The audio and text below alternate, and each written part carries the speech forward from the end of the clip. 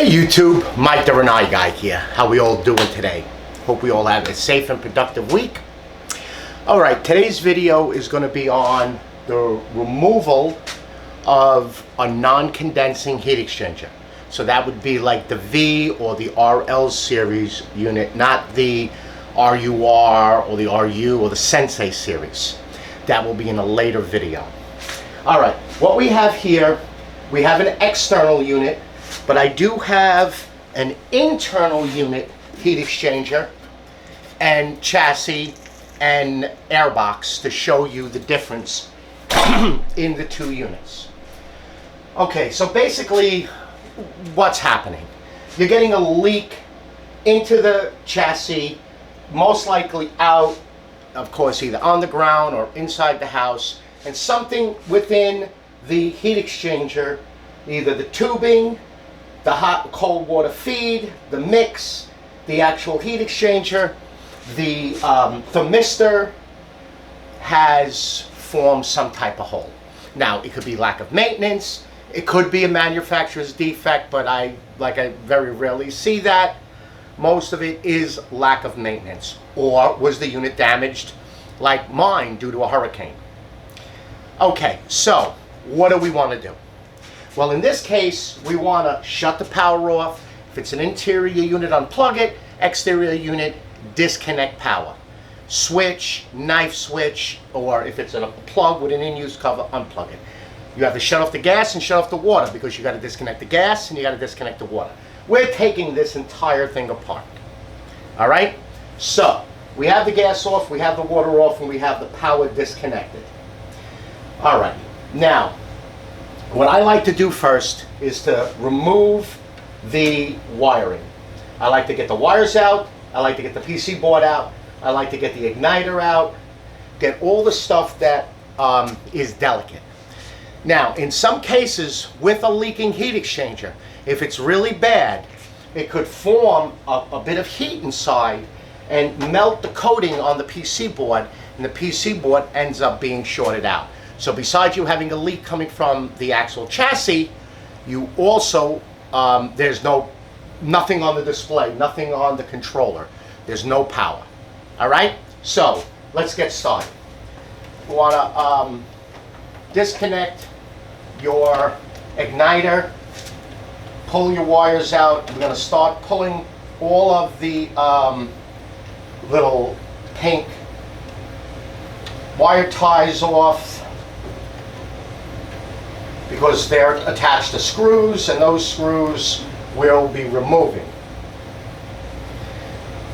I'm going to go over the tools, what we need, but you definitely are going to need at least 2, if not 3, magnetic trays, and you're going to need rags, you're going to need a Dremel with a wire wheel on it, you're going to need, of course, your full array of tools, you're going to need your parts bin box. So, first thing we want to do is disconnect. Just start disconnecting your wires. Remember, on a Rinnai, the connectors only mate to one another. So you cannot cross-connect one wire to another. All right, so we have our igniter, and that's off the bracket. So your igniter, you have your power cable, and your igniter, and I take it right off the bracket because you're going to need this. You're not getting a new bracket with the new heat exchanger. And I have a new heat exchanger. We're going to show you the whole thing. Get this thermistor out. You'll remember there's a small O-ring in this thermistor, which you're going to have extra. But I'll show you what comes in the actual heat exchanger. So here's your thermistor, your retention cable, undo your wires. So there's your thermistor, and there is the retention clip, which I just dropped, and your 2 tiny little screws. All right, now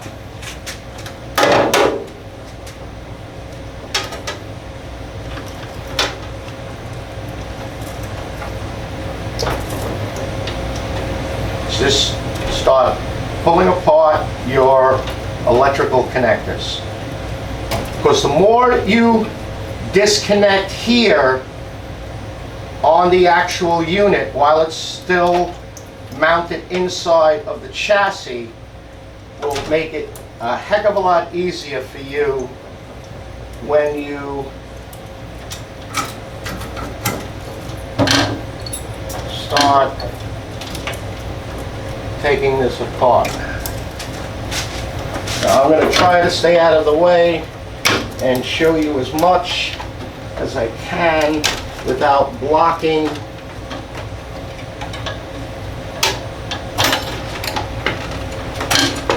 There's another thermistor. And hopefully everything will fall, if you drop anything, inside of the actual chassis, so you don't have to go fishing around for this.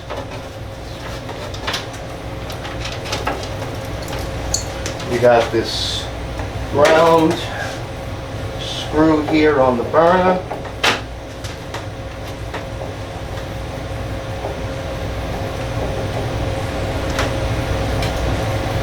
Throw all your screws in your magnetic tray. And now there should be just a bunch of wires coming from the actual water sensor and the last ground.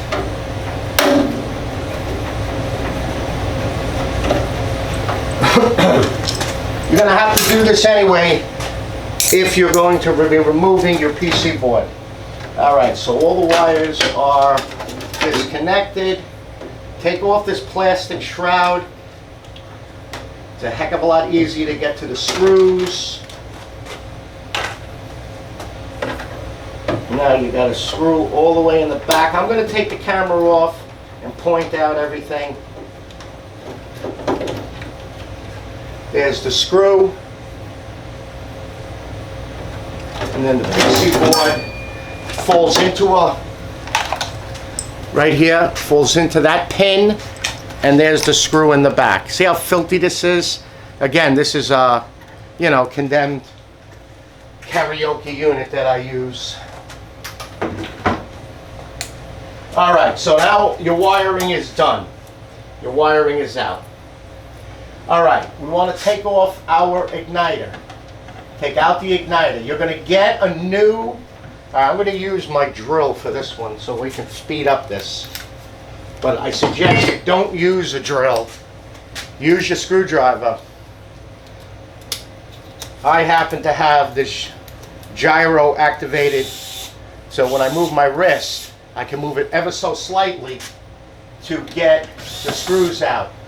So I know the pressure that I'm putting on this to put the screws back in. But I highly recommend use a screwdriver.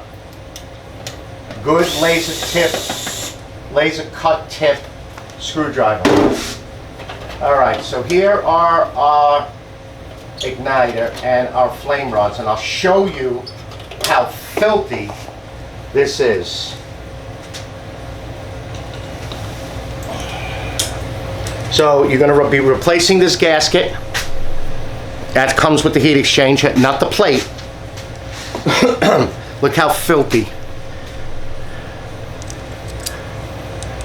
This is your flame rod,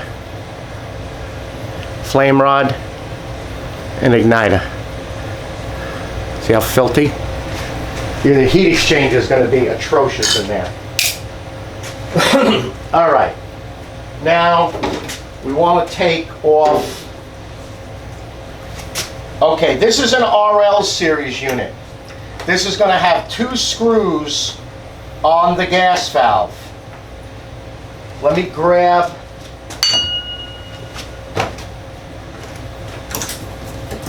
I brought everything with me. This is an R series gas valve. You see there's 3 screws, 1, center, and 2. But But on this RL series, they're the same screws. They're number 8 machine screws with a self-center and Phillips in the middle. So you see, self-center, it's a number 8, and it has a Phillips in the middle.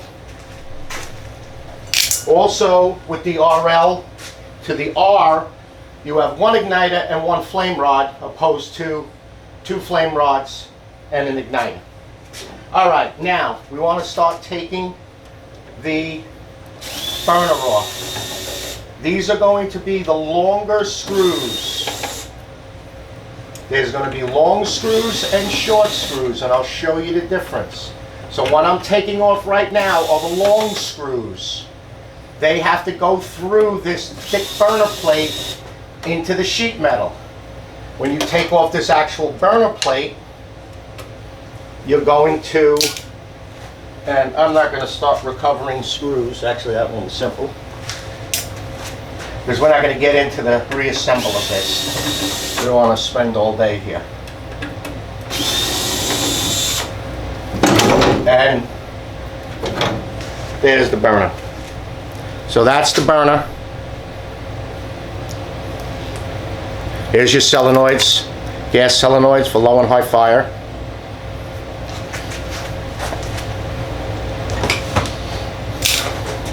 Okay, now we want to remove this burner plate. These are the shorter screws. I'm going to take this screw out. I'm going to grab one of these screws and show you the difference. See, I'll see if I can get my finger. See the difference in the screws?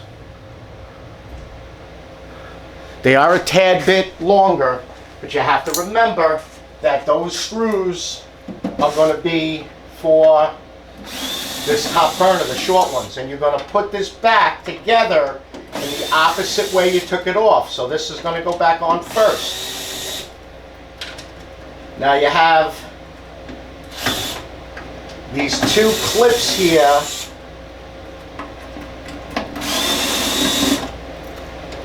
that you're going to have to kind of just angle this out. Now the gaskets, you have this gasket and that gasket. When we open up the heat exchanger box, you're going to see that it comes with all new gaskets. And one of the things, if you're on an outsider cigar,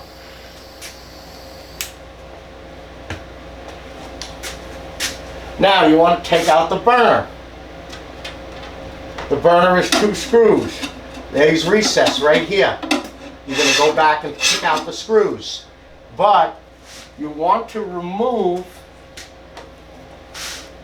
the fan first. Because if you drop a screw, can't talk with that in my mouth. If you drop a screw, it's going to end up in the fan. So take the fan out. You have to take it out anyway, because you're going to be putting this in the new heat exchanger. And it's the best thing to do is to check the fan, how dirty it is. Is it spinning freely? See how much stuff just came out of it? So you want to check that. You can see how much damage is done in here by just looking at it. All right, you don't have to touch the gas valve. You can leave that alone. All right, you're going to have to take off these freeze protection. Again, put it someplace safe. Now, you need a light, because you want to get it, you got to get in there and get these screws out.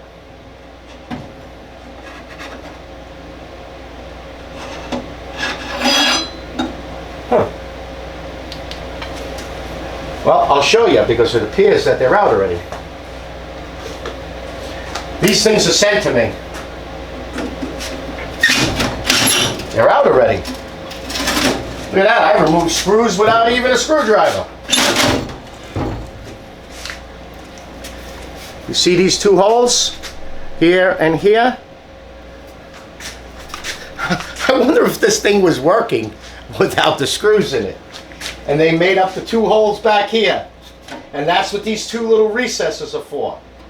To get your screwdriver in to get those screws out. So now you got your fan.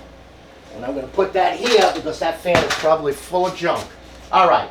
So now you got pretty much the whole, pretty much everything that you're going to reuse. Because we're going to be taking off these thermal fuse and be putting it on the new heat exchanger. All right, now we want to take off our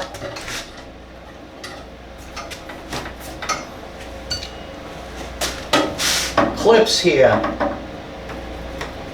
Now that hold the heat exchanger on.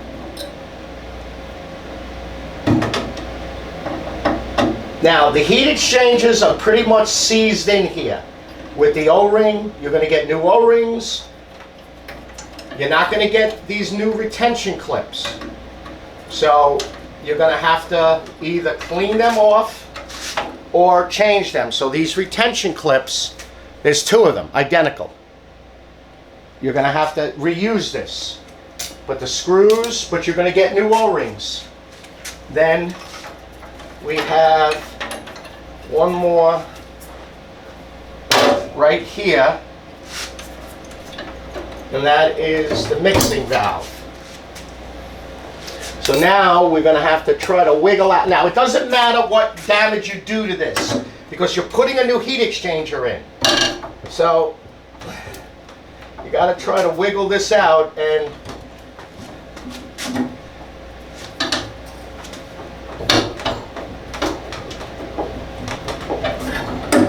see, I'm crushing the copper, but it doesn't matter. But it will matter if you're going to be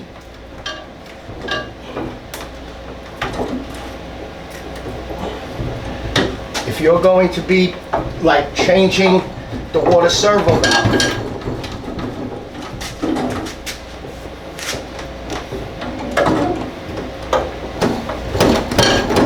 Man, that's a Dickens in there.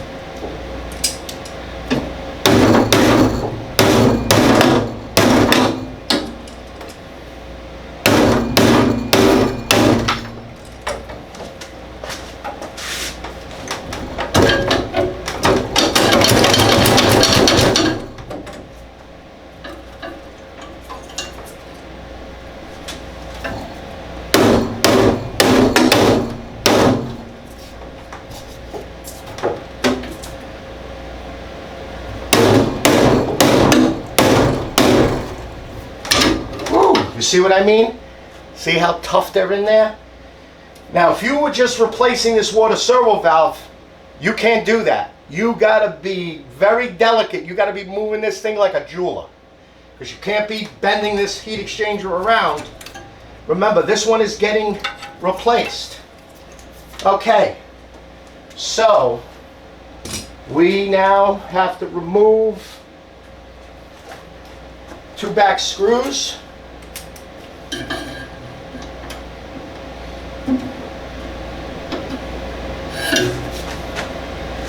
You know, when you're half blind, it's always good to have a light.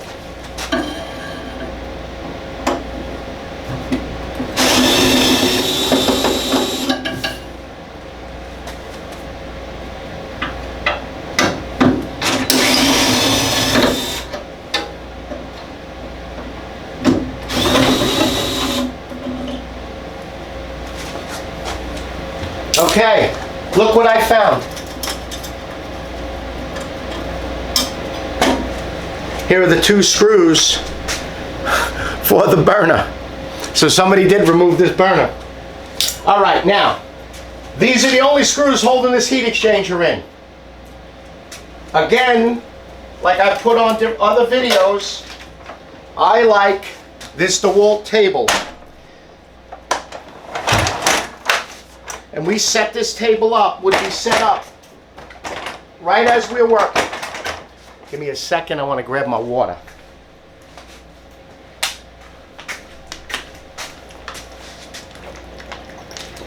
All right. Now, so, oh, you like my new little pointer? No more screwdriver. So these are the only screws holding this in right here. Those two screws.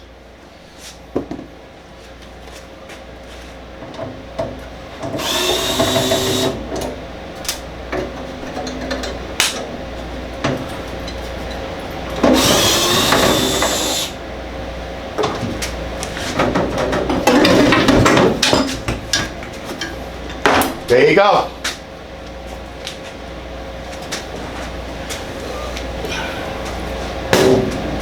There's the heat exchanger. So this is what you're taking out. Now, we got to get this thermal fuse off. So this thermal fuse wraps all the way around. You see all the white? Wraps all the way around, black. Heats. That's all got to come off. So let's put the camera where you could see.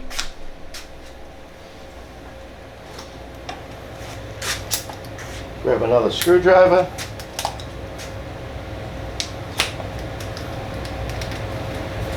And let's take off this one first.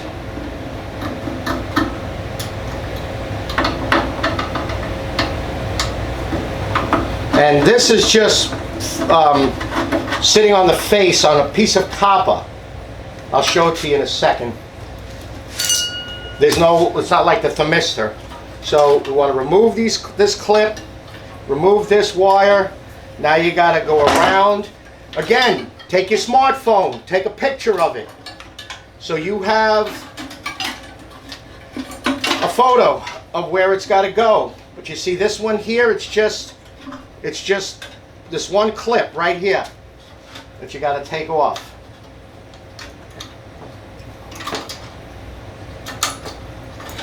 So take a photo of it. Now you got the two back clips and then these two side clips. Just be careful. Don't go pulling this wire. It is delicate. That's your clip. So this is your thermal fuse. Now, if this thermal fuse, say, malfunctioned and you have to replace it, you have to pull the heat exchanger out. All right, so now we want to take off this rubber gasket, and then you got to remove this front faceplate, the exhaust port.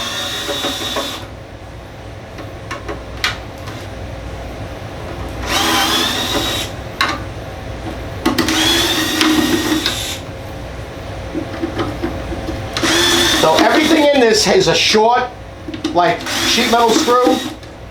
Just remember that the long screws are for the gas valve. So now you got to take that off. So now,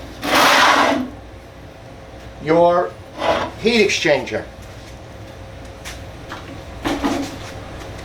Let's go back to, there we go.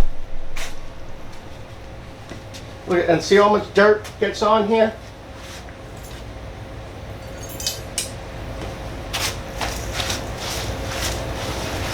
All right, this is going to be the box that you're going to get with for the heat exchanger.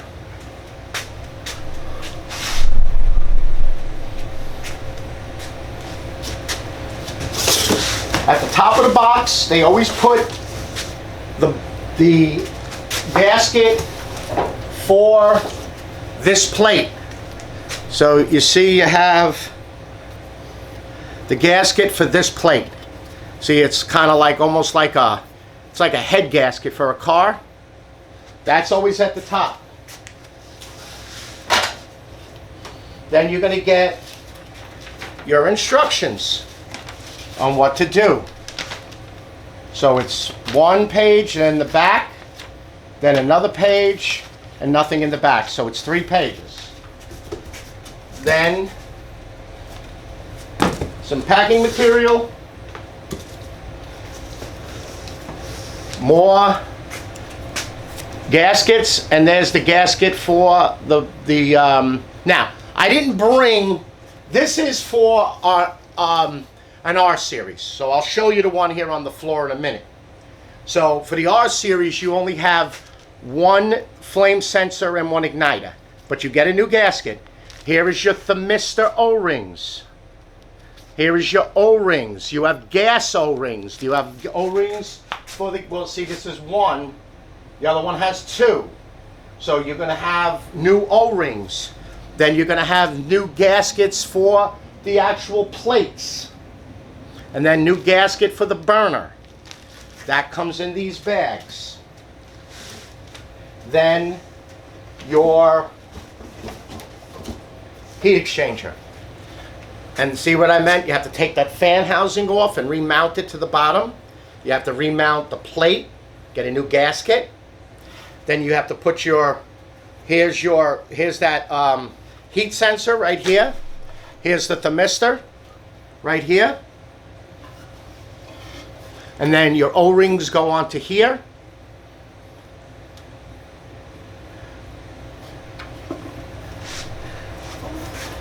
So I'll show you the actual heat exchanger, and I'll show you the difference in the actual heat exchanger for an interior model. Let me just get this back together.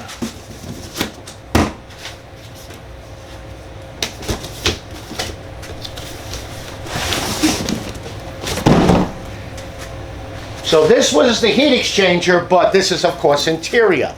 We're going to go through this right now. So on an interior model, you're going to have, let me get this camera back up.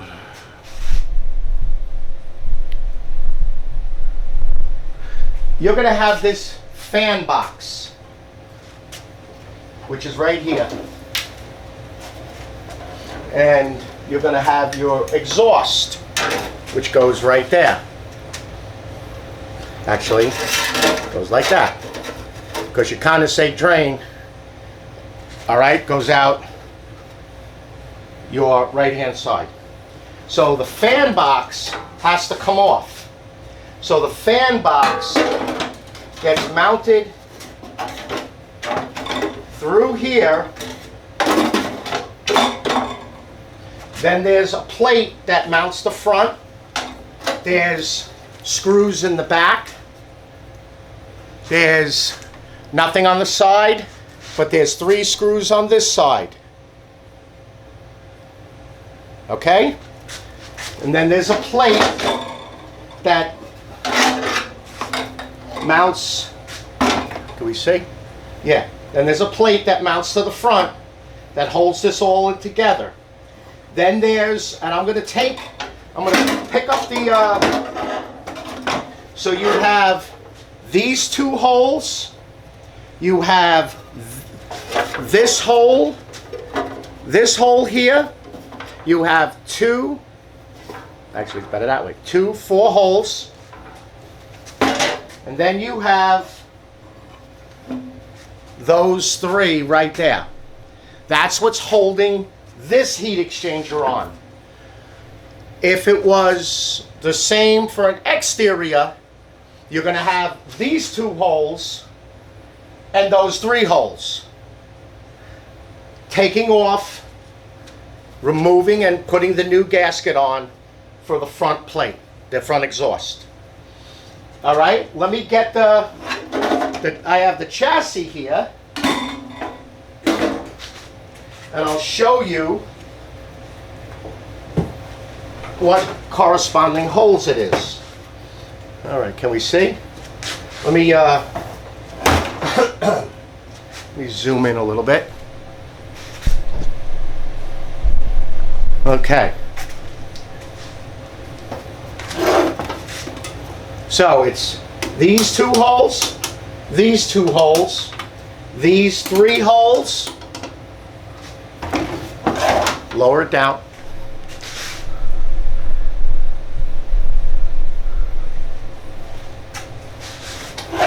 So these 2, these 2, these 3, and that 1 right there on the bottom. So you have a total of 2, 4, 6, 8 screws that hold this heat exchanger in. All right, let's get back to the... All right, so let's do this anymore.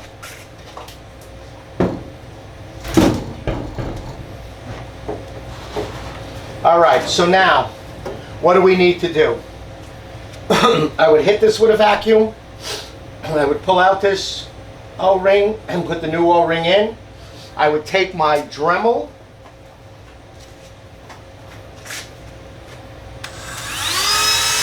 and clean in here real good, because you got to get the new heat exchanger and the new O-ring in there. So clean in there real good. I would pull the filter out. So I would pull this filter out and clean it, because you're going to have a brand new heat exchanger. All right. Yes, I would blow out the fan, vacuum it, the burner. If we're going to reuse this burner, now you see there's a gasket on it. You're going to be putting a new gasket. You're going to blow this out with about 100 psi of air. So of course you're going to need your compressor. Blow it out. If you have a soft plastic bristle brush, hit it with a soft plastic bristle brush. Again, on the bottom, you have the air. You want to pop these holes, make sure they're clean, brush them, vacuum them, blow them out. Get this all nice and clean, because you're going to be putting this back into a brand new heat exchanger.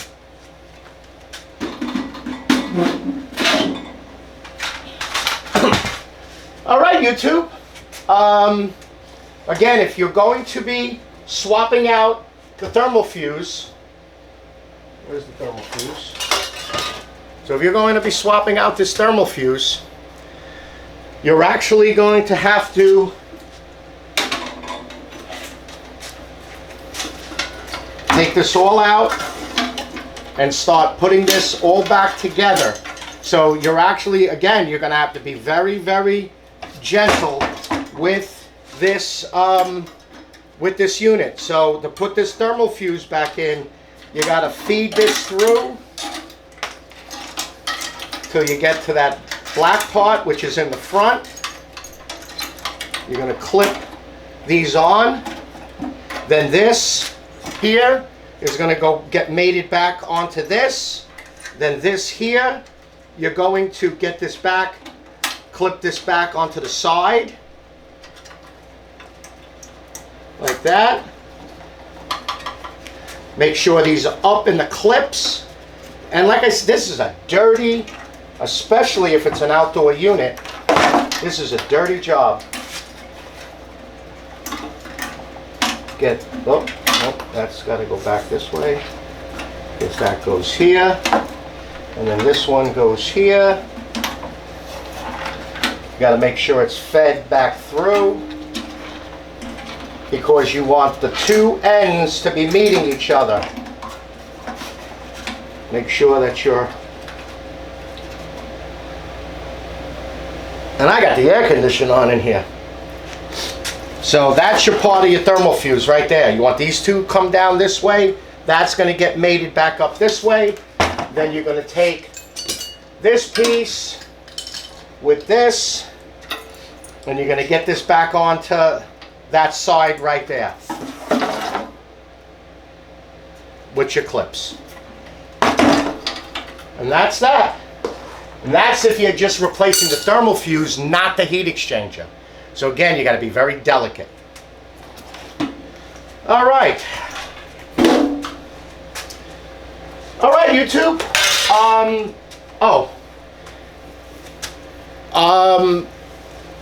I apologize to people that I haven't responded to. For some reason, I cannot answer certain comments on YouTube. So if I go in through, say, my phone or my iPad, it will not give me your comment. It'll give me ones from months ago.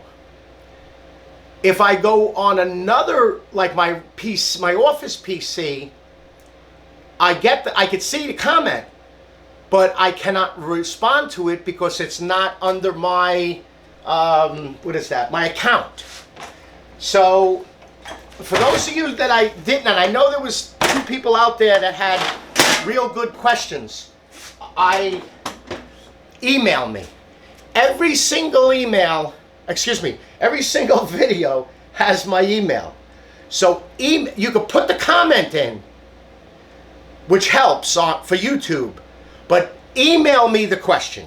You know, put the question in the comment, but email me the question, because I check them every morning, afternoon, night, and I respond to them and tell you to give me a call, like in the evening. Okay? So every single video has my email down at the bottom. All right? I guess that's it. All right. Well, I hope you enjoyed the video, and you all be safe out there, and I will see you on the next video. Take care now. Bye-bye.